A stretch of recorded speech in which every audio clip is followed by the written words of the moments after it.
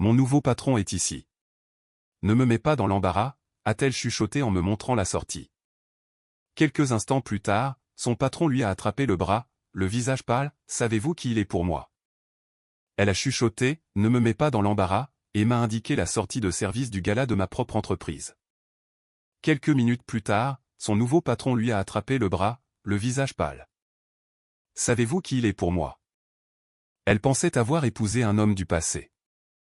Elle n'avait aucune idée que j'avais dissimulé des protections dans chaque contrat. Mon nom est Clayton Pierce. J'ai 52 ans et il y a 23 ans, j'ai ouvert mon premier hôtel-boutique à Charleston avec les économies réalisées en faisant des doubles gardes comme directeur de nuit. Cette première propriété est devenue 5, puis 12, puis 28 sur 3 continents.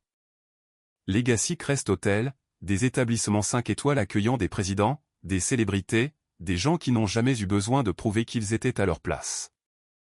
J'ai rencontré Paige il y a 13 ans lors d'une conférence à Dubaï.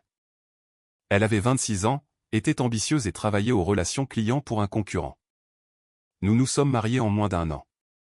Elle a grimpé jusqu'au poste de vice-présidente de l'expérience client et de la stratégie de marque pendant que je me suis retiré pour devenir président du conseil, laissant la direction plus jeune gérer les opérations. Je pensais que je construisais un héritage. Je ne faisais que déblayer le chemin pour quelqu'un d'autre. Le gala d'hiver était la célébration de notre 25e anniversaire à l'hôtel Grandmont à Manhattan. Tenue de soirée exigée, chaque membre du conseil et investisseur présent. Paige avait tout planifié pendant des mois avec Spencer Mills, notre nouveau président-directeur général. Spencer avait 40 ans. Titulaire d'un MBA de Harvard, il avait été recruté il y a 2 ans pour moderniser les opérations. Je l'avais moi-même encadré. La soirée a bien commencé. Smoking bleu marine, sa robe noire avec des diamants. Nous avons posé pour les caméras, souriant comme toujours. Mais à l'intérieur de la salle de bal, tout a changé. Elle balayait constamment la pièce du regard, touchant à peine mon bras. Quand Spencer est arrivé avec son entourage, toute sa posture a changé. Elle s'est redressée, a souri plus largement, et je suis devenu une ombre. Je l'ai regardée évoluer parmi la foule avec une grâce que je n'avais pas vue depuis des mois. Magnétique, imposante, revenant toujours vers Spencer. Il tenait salon près du bar, jouant au leader visionnaire. Je suis resté en périphérie avec mon scotch, observant. Puis elle est apparue à côté de moi, le sourire crispé, la voix urgente. Mon nouveau patron est ici. Ne me mets pas dans l'embarras, a-t-elle chuchoté, ses doigts touchant brièvement ma poitrine avant de pointer vers la sortie de service. Ses yeux n'ont jamais croisé les miens. Il calculait déjà son prochain mouvement. J'ai hoché la tête une fois et me suis dirigé vers le couloir faiblement éclairé. Il sentait le produit de nettoyage industriel et la nourriture de traiteur. Un serveur est passé, ses yeux se posant sur moi avec reconnaissance, puis se détournant. J'ai desserré ma cravate et me suis appuyé contre le mur à côté de caisses d'équipement empilées. À travers l'embrasure de la porte, je l'ai regardé retourner aux côtés de Spencer, la main posée sur son avant-bras tandis qu'elle riait. La foule s'est écartée, et j'ai vu comment il la regardait. Pas comme un patron, mais comme un homme qui croyait avoir gagné. J'ai sorti mon téléphone et ouvert un dossier intitulé « Documents de contingence » que j'avais préparé des années auparavant. Des clauses intégrées dans des contrats que la plupart des gens ne lisent jamais. J'ai trouvé la clause 9F, Protocole de protection de la réputation. J'ai tapé au président Holloway. Conformément à la clause 9F, j'invoque les protections de réputation. Preuve jointe. Examen demandé immédiatement. J'ai joint la photo horodatée montrant Paige me pointant vers la sortie pendant que Spencer regardait. Puis j'ai appuyé sur envoyer. Elle pensait m'avoir congédié. Elle n'avait aucune idée. Je venais de tout mettre en mouvement. Je ne suis pas resté longtemps dans ce couloir. Juste assez de temps pour regarder Paige évoluer dans la pièce comme si elle en était la propriétaire. Riant aux blagues de Spencer, touchant sa manche, jouant le rôle de bras droit indispensable. 10 minutes, peut-être 15. Puis j'ai retraversé le couloir de service, suis passé devant le personnel de cuisine qui a fait semblant de ne pas me voir, et j'ai pris l'ascenseur jusqu'au garage. Mon téléphone a vibré avant que j'atteigne ma voiture. Président Holloway, le message était bref. Reçu. Réunion d'urgence du conseil d'administration prévue. 8 heures demain matin. Vos protections sont actives. Je suis resté assis un moment sur le siège du conducteur. Moteur éteint, fixant le pilier en béton en face de moi. 23 ans à construire quelque chose qui comptait, réduit à un unique moment de renvoi. Mais c'est ainsi que cela fonctionne dans l'hôtellerie. Votre valeur dépend de votre dernière impression.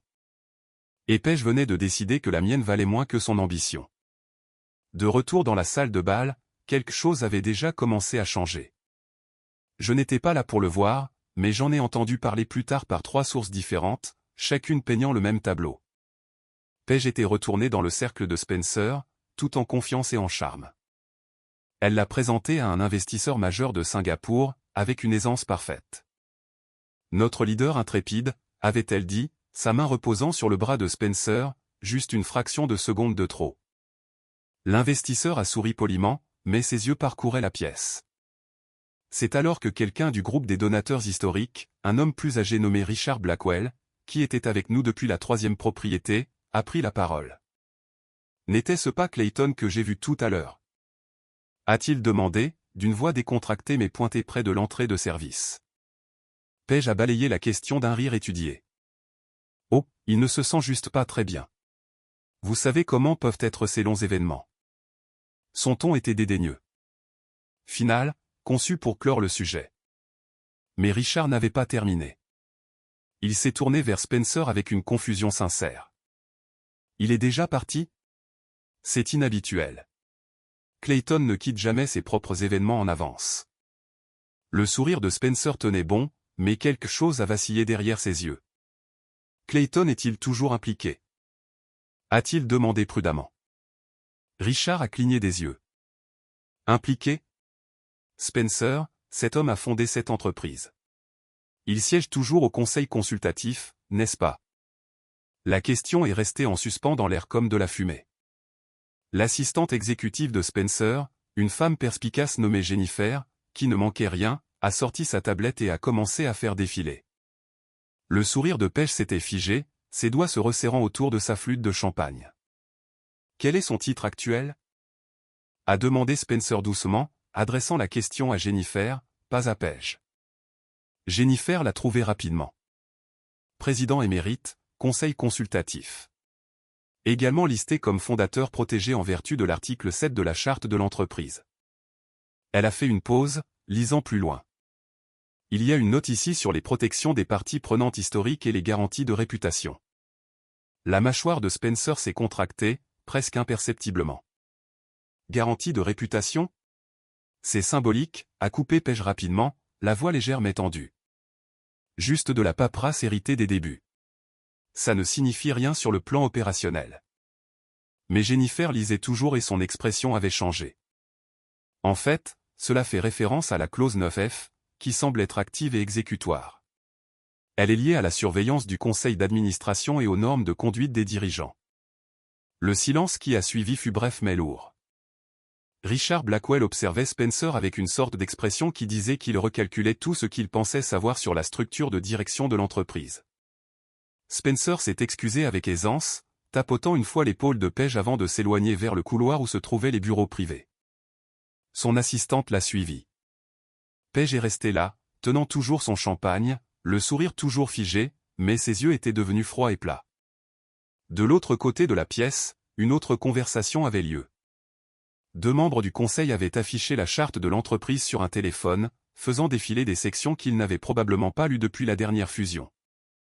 L'un d'eux, une avocate nommée Patricia Vance, s'est arrêtée sur une page et l'a lue 2 fois. Connaissiez-vous ces clauses de protection du fondateur? A-t-elle demandé à son collègue. Il a secoué la tête lentement, pas en détail. Mais si quelqu'un les a déclenchées, cela signifie qu'il y a eu une violation documentée. Patricia a regardé vers l'endroit où se tenait Pej, maintenant seul, sa posture confiante commençant à s'affaisser sur les bords. Si Holloway a reçu une notification formelle ce soir, cette réunion d'urgence du conseil va être brutale. Au moment où le gala s'est terminé 2 heures plus tard, des chuchotements s'étaient répandus dans la pièce comme un virus. Pas fort, pas évident, mais constant. Les gens posaient des questions, regardaient Pej différemment, se demandant pourquoi Clayton Pierce avait quitté sa propre célébration d'anniversaire par une sortie de service.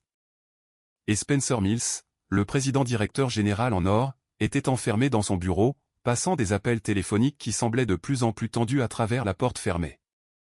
15 minutes plus tard, Spencer est sorti de son bureau, son air confiant remplacé par quelque chose de plus crispé, plus tendu.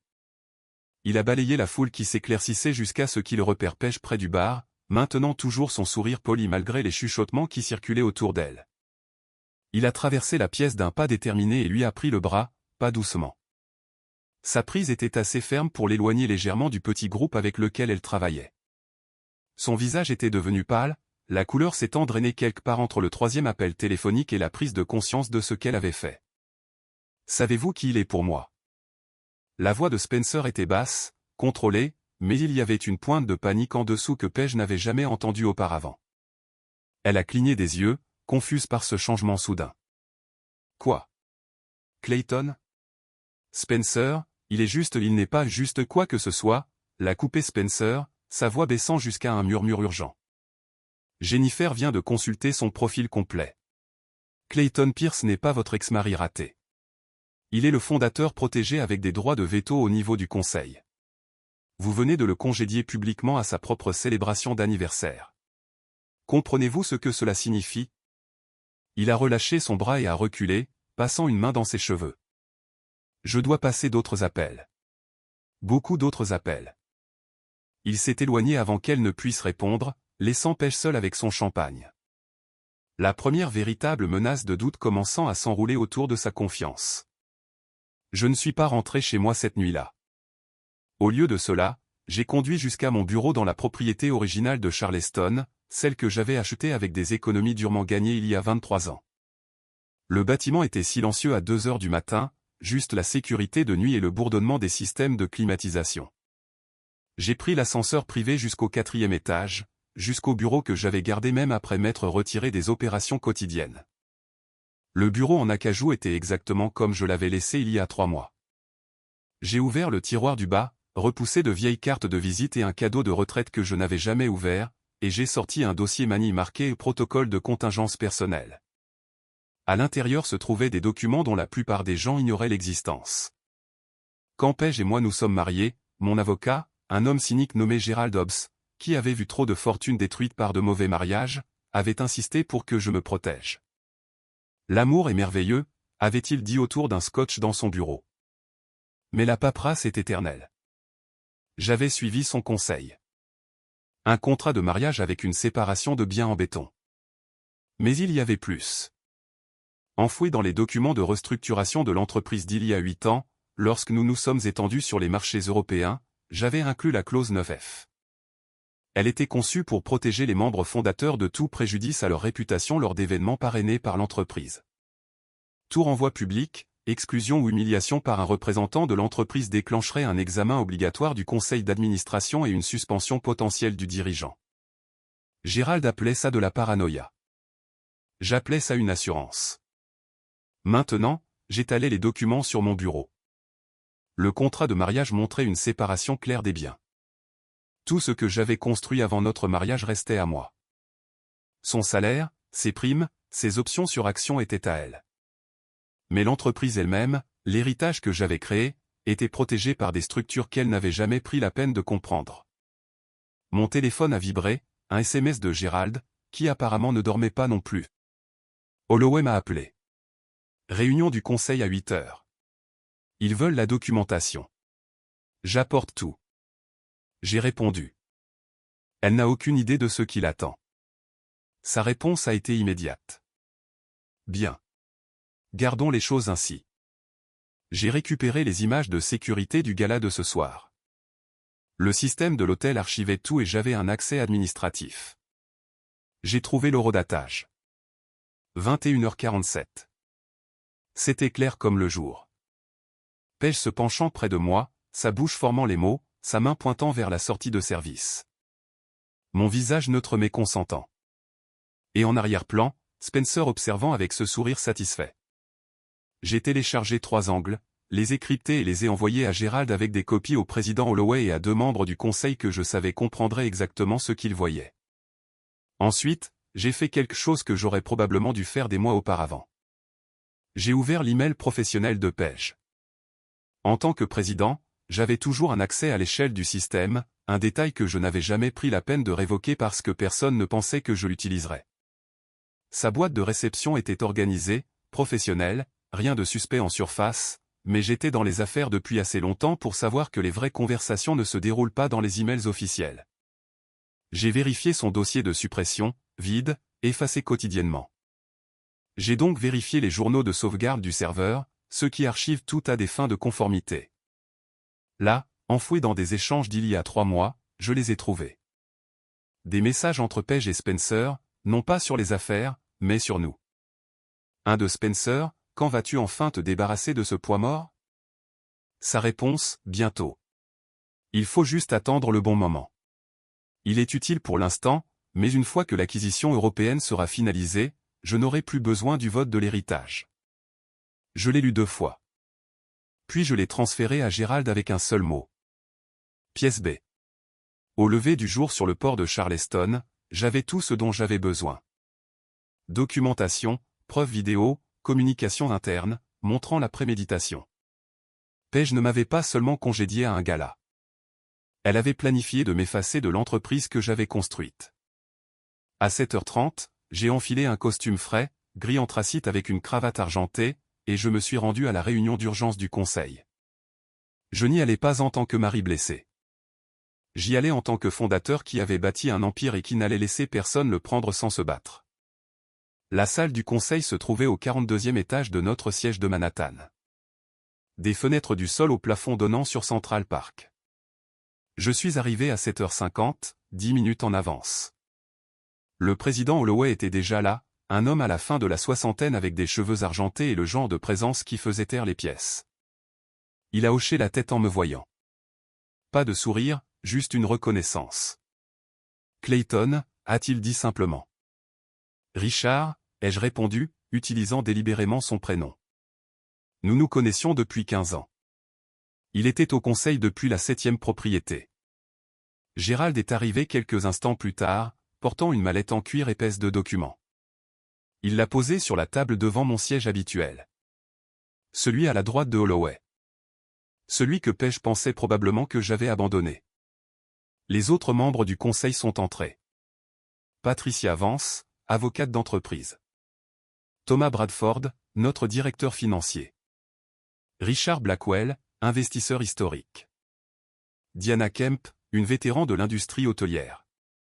Et enfin, Spencer Mills, ressemblant à un homme qui avait dormi dans son smoking et regrettait chaque décision qu'il avait conduite dans cette pièce. Page n'était pas là. Ce n'était pas une réunion. Holloway a ouvert la session à 8 heures précises. Nous sommes ici parce que la clause 9F de nos protocoles de protection du fondateur a été formellement invoquée la nuit dernière. Clayton, la parole est à vous. Je me suis levé, gardant ma voix calme et factuelle. La nuit dernière, lors de notre gala du 25e anniversaire, j'ai été publiquement congédié de l'événement principal par la vice-présidente de l'expérience client et dirigé vers un couloir de service.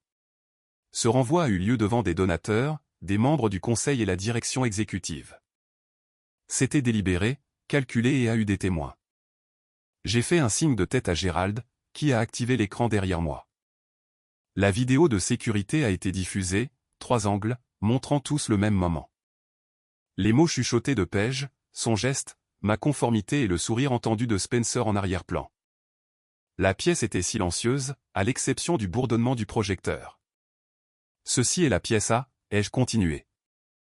La pièce B est une communication interne entre la vice-présidente Pierce et le président directeur général Mills discutant des plans pour minimiser mon implication après l'acquisition. Gérald a affiché les emails à l'écran. Les mots de Page sont restés là, à la vue de tous. Se débarrasser de ce poids mort. Patricia Vance s'est penchée en avant, lisant attentivement. Ce sont des emails d'entreprise. Sauvegarde du serveur, a confirmé Gérald. Archivé conformément aux réglementations de conformité. Spencer était devenu blême. C'est sorti de son contexte. Page parlait de rationaliser les opérations, pas de moi. Je l'ai interrompu, la voix toujours calme, mais tranchante. Elle m'a traité de poids mort, Spencer. Par écrit. Tout en prévoyant d'utiliser mon vote d'héritage pour l'accord européen, puis de me mettre au rebut. Ce n'est pas une discussion opérationnelle. C'est une trahison calculée. L'expression de Holloway était de granit. Monsieur Mills, avez-vous été témoin du renvoi hier soir? Spencer a hésité. Erreur fatale. J'étais au courant que Clayton était parti tôt, oui. Par une sortie de service? Autre pause. Je ne connaissais pas les détails de sa sortie. Menteur, a dit Richard Blackwell sèchement. Je vous ai vu sourire quand elle l'a pointé du doigt. Ne nous insultez pas avec une mémoire sélective. La température dans la pièce a chuté de 10 degrés. Holloway s'est tourné vers moi. Clayton, quel remède demandez-vous en vertu de la clause 9F? J'y avais pensé toute la nuit. Je pouvais demander le licenciement de Page, la suspension de Spencer, des excuses publiques et des changements de politique, mais je voulais quelque chose de plus net. Le retrait immédiat de la vice-présidente Pierce de toutes ses fonctions opérationnelles, en attendant une enquête. La suspension du président-directeur général Mills, en attendant un examen par le Conseil de sa conduite et de son jugement. Et je veux que mon rôle consultatif soit formellement rétabli avec un accès complet et des droits de vote sur toutes les décisions stratégiques. Patricia a hoché lentement la tête. C'est dans vos droits en vertu de la clause. Holloway a regardé autour de la table. Tous pour. Toutes les mains se sont levées, sauf celle de Spencer. La motion est adoptée, a dit Holloway. Monsieur Mills, vous êtes suspendu avec effet immédiat. La vice-présidente Pierce sera informée dans l'heure. Cette réunion est levée. Spencer s'est levé, le visage rouge. Vous ne pouvez pas juste. Nous le pouvons, a dit Diana Kemp froidement. Et nous l'avons fait. Vous auriez dû lire la charte avant de laisser votre vice-présidente humilier l'homme qui a construit cette entreprise. Je n'ai rien dit d'autre, j'ai juste rassemblé mes documents et je suis sorti, laissant Spencer debout là, comprenant enfin que le poids mort qu'il avait essayé de couper était en fait la fondation qui soutenait tout. J'étais dans mon bureau de Charleston lorsque mon téléphone a sonné à 9h15.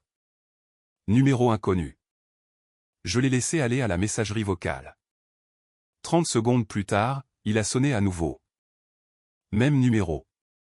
La troisième fois, j'ai répondu. Clayton. La voix de Page, tendue et contrôlée, mais je pouvais entendre la nervosité en dessous. Nous devons parler. Je ne pense pas que nous ayons à le faire, ai-je dit, me penchant en arrière dans mon fauteuil, regardant la lumière du matin frapper le port de Charleston à travers la fenêtre. Ne fais pas ça. Sa voix a changé. Essayons d'être raisonnables. Quoi qu'il se soit passé hier soir, nous pouvons arranger ça. J'étais stressé. L'événement était écrasant. Je ne voulais pas. Tu m'as dit de ne pas te mettre dans l'embarras, les jeux coupés, gardant mon ton égal. Tu m'as indiqué une sortie de service devant tout notre conseil d'administration. Ce n'était pas du stress, Page. C'était un choix. Silence de son côté. Puis sa voix est revenue, plus dure. Tu m'as fait suspendre. Comprends-tu ce que cela fait à ma réputation? Ta réputation? J'ai ri, un rire bref et sans humour. Tu m'as traité de poids mort dans un email à Spencer. Tu as prévu d'utiliser mon vote d'héritage pour l'acquisition européenne, puis de me pousser dehors complètement. Ne me parle pas de réputation alors que tu as passé des mois à essayer systématiquement d'effacer la mienne. Ce n'est pas. A-t-elle commencé, mais sa voix affaiblit. Elle savait que j'avais les emails. Clayton, s'il te plaît. Nous pouvons surmonter ça. Nous sommes mariés. Ça doit compter pour quelque chose. Nous avions un contrat de mariage, lui ai-je rappelé. Tout ce que j'ai construit avant que nous nous rencontrions reste à moi. Ton salaire, tes primes, tes options, c'est à toi. Mais l'entreprise, elle n'a jamais été à toi. Je n'essayais pas de prendre quoi que ce soit. Son sang-froid se fissurait maintenant. J'essayais de moderniser, de nous faire avancer. Tu es resté coincé dans le passé, t'accrochant à un contrôle que tu ne veux même plus. Je ne voulais pas des opérations quotidiennes, ai-je corrigé. Ça ne veut pas dire que j'étais prêt à être effacé de mon propre héritage. Il y a une différence entre prendre du recul et être poussé dehors. Tu as choisi de pousser. Un autre silence. Quand elle a de nouveau parlé, sa voix était plus faible. Que se passe-t-il maintenant? Maintenant, tu es suspendu en attendant une enquête. Spencer est en congé administratif. Le conseil d'administration examine tout et j'ai été réintégré avec une pleine autorité consultative. Ce qui se passera ensuite dépend de ce qu'ils trouveront d'autre en creusant plus profondément. Il n'y a rien d'autre à trouver, a-t-elle dit rapidement. Trop rapidement. Alors tu n'as rien à craindre. J'ai gardé ma voix neutre, professionnelle. Mais s'il y a quelque chose, Paige, ce serait le moment de prendre les devants. La ligne est restée silencieuse un long moment. Puis elle a dit, je dois y aller, et a raccroché. J'ai posé le téléphone et l'ai fixé. Une partie de moi avait espéré qu'elle montrerait un certain remords, une reconnaissance de ce qu'elle avait fait, mais tout ce que j'ai entendu, c'est quelqu'un en colère de s'être fait prendre. Pas quelqu'un de désolé pour la trahison. La porte de mon bureau s'est ouverte. Gérald est entré sans frapper, portant un autre dossier. Nous avons trouvé quelque chose, a-t-il dit, son expression sombre. Tu vas vouloir voir ça. Il a étalé des documents sur mon bureau. Relevé bancaire, registre de transfert, note de frais. Votre femme a déplacé de l'argent, a expliqué Gérald. De petites sommes, rien qui ne déclencherait des alertes automatiques, mais de manière constante. Au cours des 18 derniers mois, elle a transféré environ 180 000 € des comptes discrétionnaires de l'entreprise vers un compte offshore personnel. Je fixais les chiffres. C'est du détournement de fonds.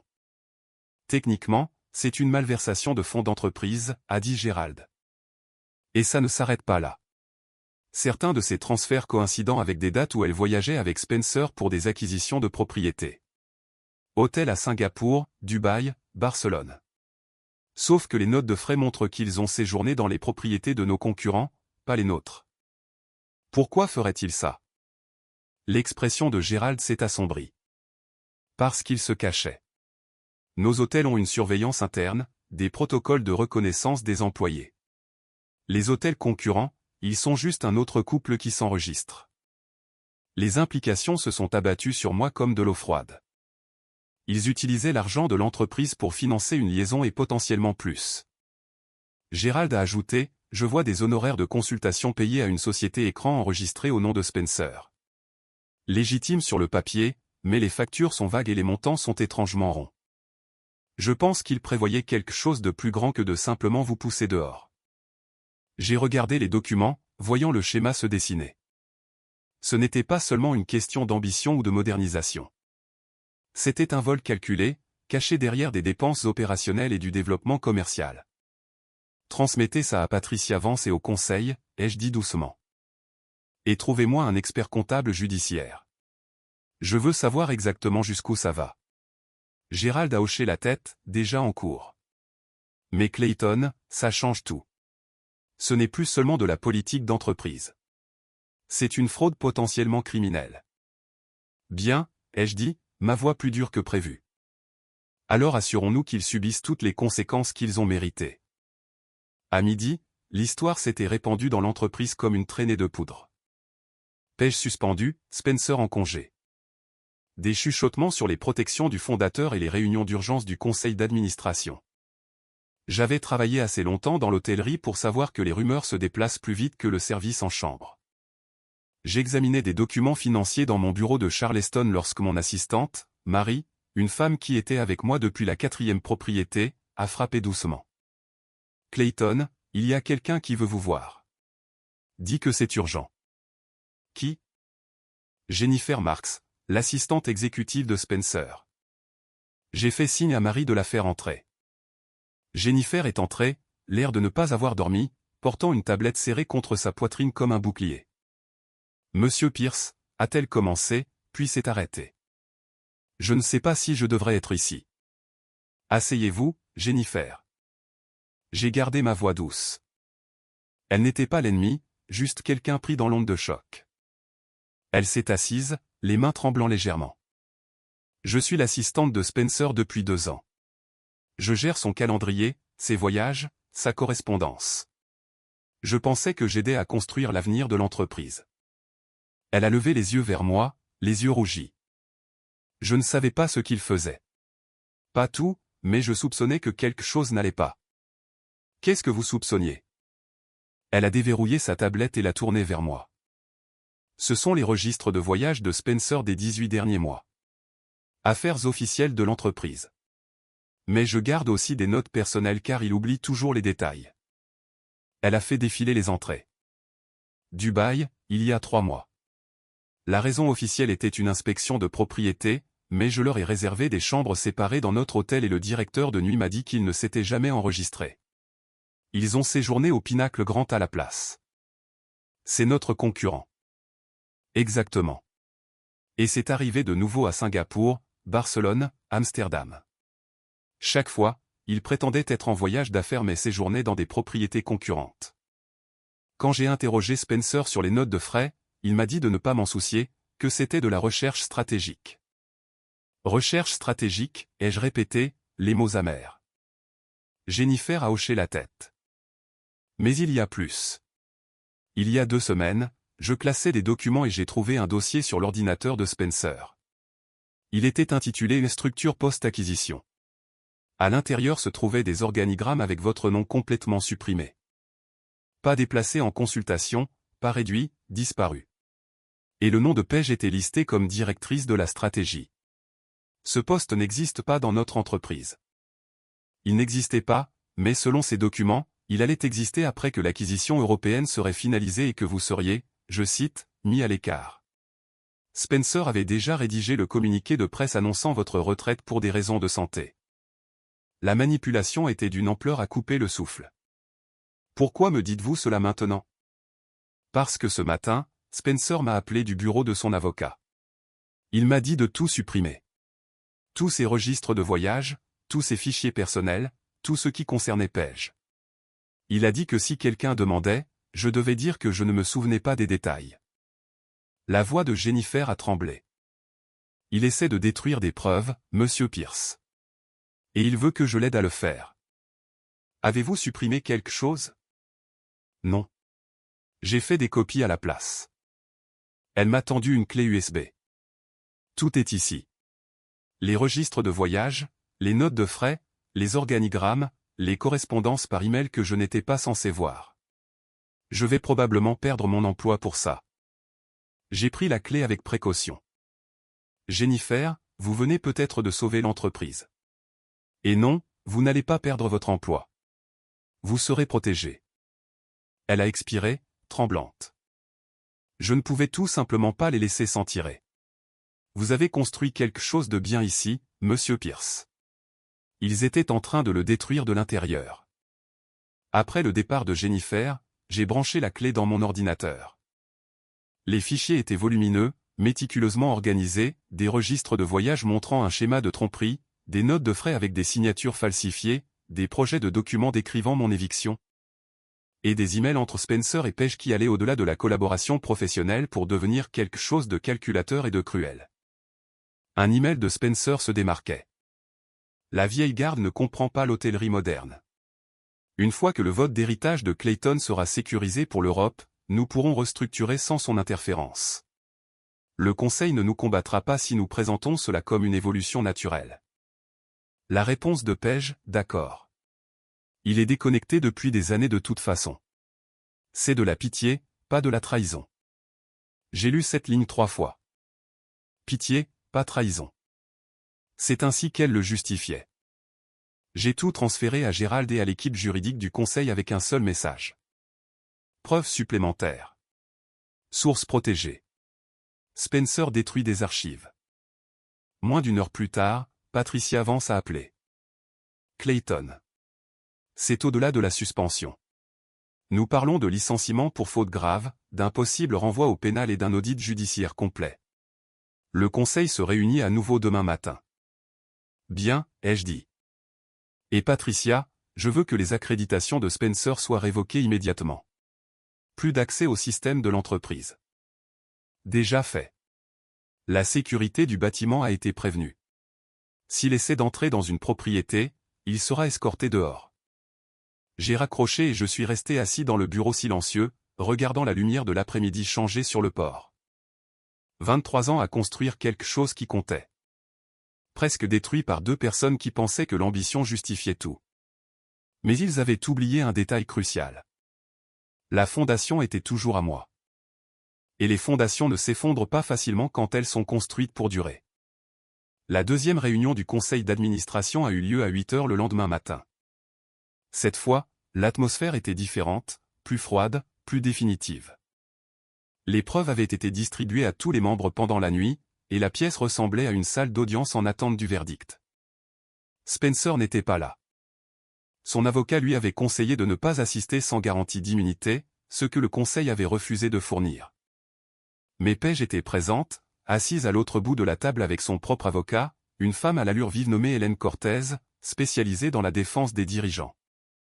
Le président Holloway a ouvert les débats. Nous sommes ici pour aborder les conclusions de l'audit judiciaire et les témoignages concernant la malversation de fonds d'entreprise, les violations de protocole et la conspiration pour évincer un fondateur protégé. Madame Pierce, vous avez le droit de répondre à ces allégations. L'avocate de Paige s'est levée. Ma cliente nie catégoriquement tout acte répréhensible.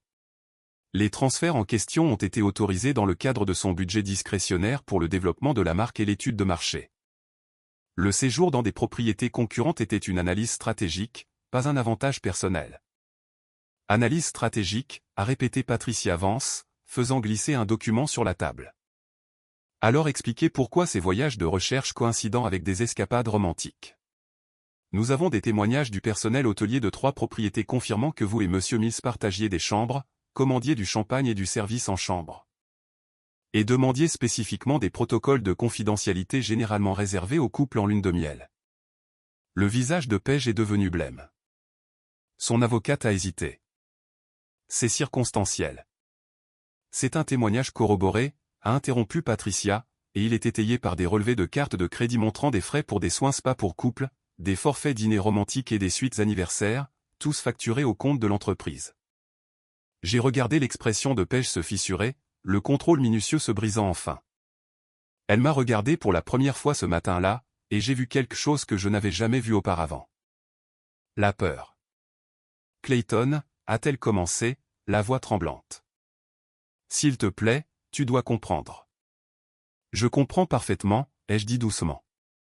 Tu as utilisé l'argent de l'entreprise pour financer une liaison tout en prévoyant de me pousser hors de l'entreprise que j'ai construite. Tu as appelé ça de la pitié. J'appelle ça du vol et de la trahison. Holloway a continué. Madame Pierce, nous avons également des preuves que vous avez accédé à des communications confidentielles du Conseil et les avez partagées avec Monsieur Mills avant leur distribution officielle. C'est une violation du devoir de fiducie et potentiellement de l'espionnage industriel. Son avocate a de nouveau essayé. Ma cliente agissait en sa qualité de vice-présidente de la stratégie de marque, en coordination avec le président-directeur général sur des initiatives stratégiques. Elle a divulgué les termes scellés de l'acquisition à Spencer 3 jours avant le vote du Conseil, a dit Richard Blackwell sèchement. Nous avons les métadonnées. Ces documents étaient marqués ou pour les yeux du Conseil uniquement. Elle n'avait aucune autorité pour y accéder, et encore moins pour les partager. La pièce est devenue silencieuse. L'avocate de Paige lui a chuchoté quelque chose, et j'ai vu les épaules de Paige s'affaisser. Le Conseil a pris une décision, a annoncé Holloway. Paige Pierce. Vous êtes licencié pour faute grave avec effet immédiat. Vous restituerez tous les biens de l'entreprise, les accréditations et les accès dans les 24 heures. Vos options sur actions sont annulées en vertu de la clause de mauvaise conduite de votre contrat de travail. De plus, nous renvoyons cette affaire au bureau du procureur de district pour d'éventuelles poursuites pénales. Paige s'est levée brusquement. Vous ne pouvez pas faire ça. J'ai des droits. J'ai des contrats. Vous aviez des contrats, a corrigé Patricia. Que vous avez violés systématiquement pendant 18 mois. C'est fini pour vous ici, Madame Pierce. Paige m'a regardé une dernière fois, des larmes commençant à se former. Clayton, s'il te plaît, ne les laisse pas me détruire. J'ai croisé son regard et n'ai ressenti qu'une finalité froide. Tu t'es détruite toi-même, Paige. J'ai juste refusé de sombrer avec toi. Elle est partie avec son avocate et la porte de la salle du conseil s'est refermée derrière elle avec un bruit de coffre-fort. Holloway s'est tourné vers moi. Clayton, nous vous devons des excuses. Nous aurions dû être plus vigilants. Cela n'aurait jamais dû aller aussi loin. Et Spencer ? Ai-je demandé. Son avocat négocie une démission en échange d'éviter des accusations criminelles, mais il est fini dans cette industrie. La nouvelle se répand déjà. J'ai hoché la tête. Ce n'était pas une victoire. C'était de la survie. Mais parfois, c'est suffisant. Je suis retourné à mon bureau de Charleston cet après-midi-là, épuisé, mais l'esprit clair. L'entreprise était intacte. Le conseil était unifié, et les personnes qui avaient essayé de m'effacer étaient parties. Mais il restait encore une pièce du puzzle que je devais régler. J'ai appelé Gérald. Les papiers du divorce, dépose-les aujourd'hui. Déjà rédigés, a-t-il répondu. Je les ferai signifier avant la fin de la journée. Mais Clayton, il y a autre chose que tu devrais savoir. Quoi? Nous avons trouvé un autre compte. Celui-ci est différent. Il n'est pas offshore. Il est domestique. Ouvert il y a 8 mois sous le nom de jeune fille de pêche. Il y a 340 000 € dessus. Je me suis redressé. D'où vient cet argent? C'est la partie intéressante. Ce n'est pas des comptes de l'entreprise. C'est de la vente d'options sur actions qui lui ont été accordées il y a 3 ans. Elle les a liquidées discrètement, a déplacé l'argent sur ce compte caché, et ne te l'a jamais dit. Pourquoi cacherait-elle des ventes d'actions légitimes? La voix de Gérald est devenue basse. Parce qu'elle prévoyait de partir, Clayton. Elle ne se contentait pas de te pousser hors de l'entreprise. Elle se préparait à quitter complètement le mariage. C'était son fond d'évasion. La prise de conscience m'a frappé comme un coup physique. Tout, la liaison, les manœuvres d'entreprise, l'effacement systématique de mon rôle.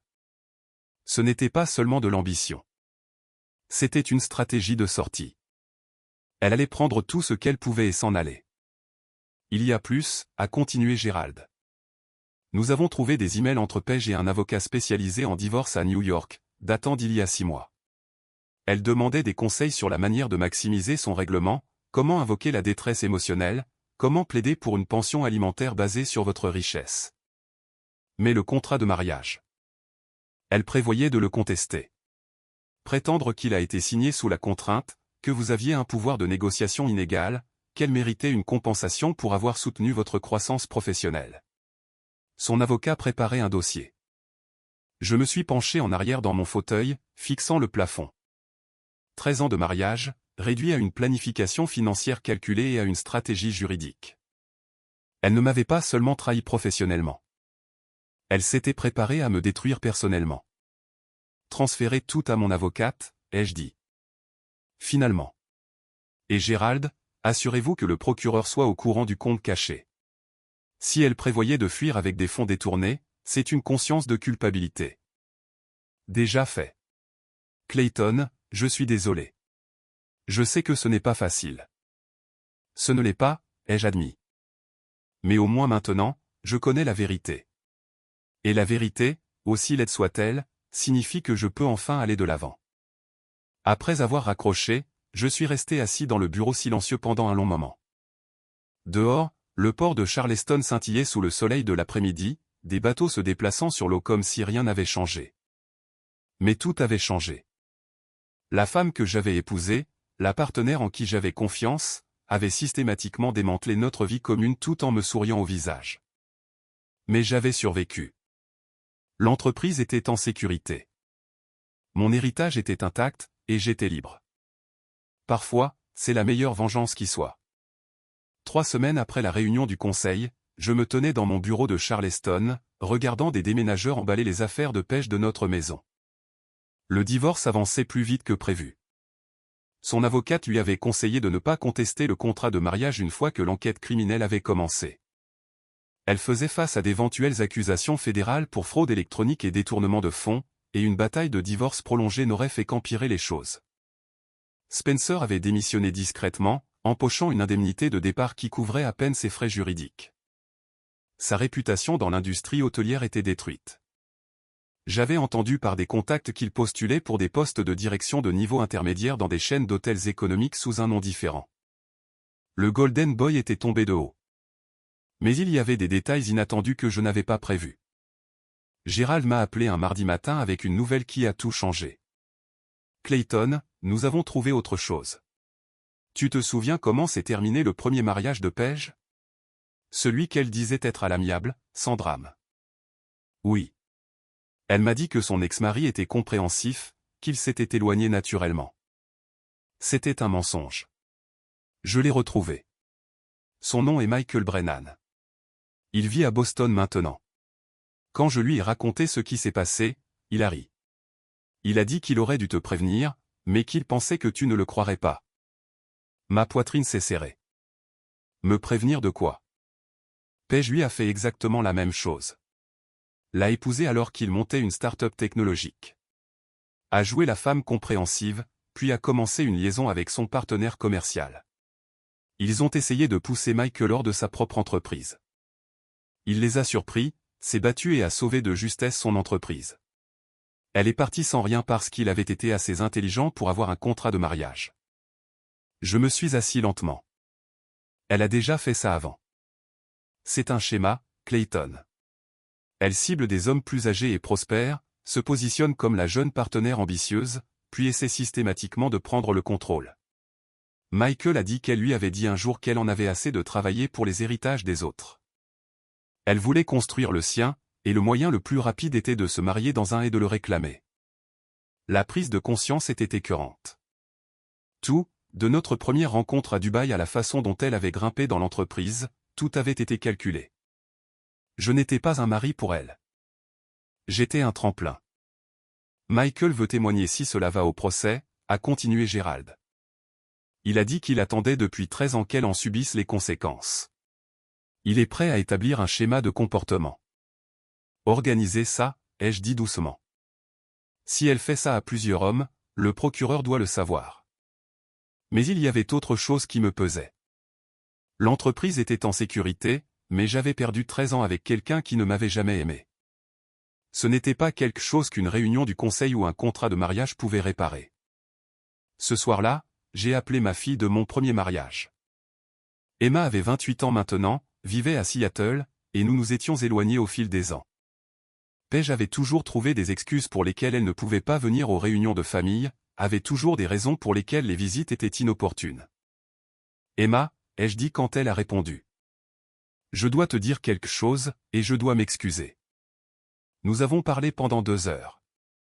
Elle avait vu clair en Paige des années auparavant, avait essayé de me le dire, mais j'avais été trop investi pour écouter. Papa, a-t-elle dit finalement, la voix douce. Je suis juste contente que tu ailles bien. Tu peux te reconstruire après ça. Tu l'as déjà fait. Elle avait raison. J'avais bâti un empire à partir de rien une fois. Je pouvais reconstruire une vie à nouveau. 8 mois plus tard, je me tenais dans le hall de notre nouvelle propriété, le Legacy Crest Charleston Harbor, un hôtel-boutique construit sur le site du bâtiment original où tout avait commencé. Il était plus petit que nos propriétés phares, plus intime, conçu pour les gens qui appréciaient l'histoire et l'artisanat plutôt que le minimalisme à la mode. Le conseil d'administration avait été restructuré. Patricia Vance était maintenant présidente directrice générale, apportant une stabilité et une intégrité qui manquaient. Richard Blackwell avait pris un rôle consultatif plus actif. Et j'étais retourné à ce que je faisais de mieux, créer des expériences qui comptaient, encadrer de jeunes hôteliers, construire un héritage sans avoir besoin de tout contrôler. Paige avait plaidé coupable de fraude électronique et de détournement de fonds en échange d'une peine réduite. 18 mois dans une prison fédérale, suivi de probation et de restitution. Spencer avait été nommé co-conspirateur, mais avait obtenu l'immunité pour avoir témoigné contre elle. Sa carrière était toujours détruite, et la dernière fois que j'ai entendu parler de lui, il travaillait de nuit dans un motel économique en Ohio sous son deuxième prénom. Mais la vraie transformation était personnelle. Emma et moi étions en train de reconstruire notre relation. Elle était venue pour l'ouverture du Charleston Harbor, amenant son fiancé, un homme bien qui travaillait dans l'ingénierie environnementale. Nous avions passé le week-end à parler, à rire et à guérir de vieilles blessures. J'avais aussi recommencé à sortir, prudemment cette fois. Une femme nommée Sarah, professeure d'architecture au College of Charleston, qui n'avait aucun intérêt pour l'hôtellerie et trouvait mes histoires sur les drames de l'hospitalité bizarres. Elle me faisait rire. Elle remettait en question mes hypothèses. Et surtout, elle avait sa propre vie, son propre succès, et aucun intérêt à gravir d'autres échelons que les siens. Le soir de l'ouverture, je me tenais au bar sur le toit, regardant le coucher de soleil sur le port de Charleston. La même vue que j'avais eue il y a 23 ans lorsque j'avais acheté cette propriété avec tout ce que j'avais. Gérald m'a rejoint avec 2 verres de bourbon. À la survie, a-t-il dit, levant son verre. Aux fondations, ai-je corrigé, trinquant avec lui. Celles qu'on ne peut ni voler ni effacer. Celles que l'on construit de ses propres mains. Richard Blackwell s'est approché, Emma et son fiancé derrière lui. Clayton, le maire est là. Il veut dire quelques mots sur les entreprises historiques et l'investissement communautaire. J'ai hoché la tête, mais avant de descendre, j'ai regardé le port une dernière fois. Paige avait essayé de m'effacer de ma propre histoire, de me réduire à un poids mort dans un empire que j'avais construit. Mais elle avait oublié quelque chose de crucial. Les héritages ne sont pas une question de titre ou de position. Ils concernent ce que vous créez qui survit aux trahisons, aux revers, aux gens qui essaient de vous abattre. J'avais créé quelque chose de réel, quelque chose qui comptait. Et aucune ambition ou calcul ne pouvait me l'enlever. Je suis descendu pour rejoindre la célébration, entouré de gens qui respectaient ce que j'avais construit et qui j'étais devenu. Non pas parce que j'étais puissant ou riche, mais parce que j'avais affronté la trahison avec dignité, me suis défendu avec stratégie au lieu de rage, et reconstruit avec sagesse au lieu d'amertume. C'était ça, ai-je réalisé, la vraie victoire. Non pas détruire les gens qui avaient essayé de me détruire, mais prouver que leur trahison ne pouvait pas définir mon héritage. La fondation était toujours à moi, et elle le serait toujours.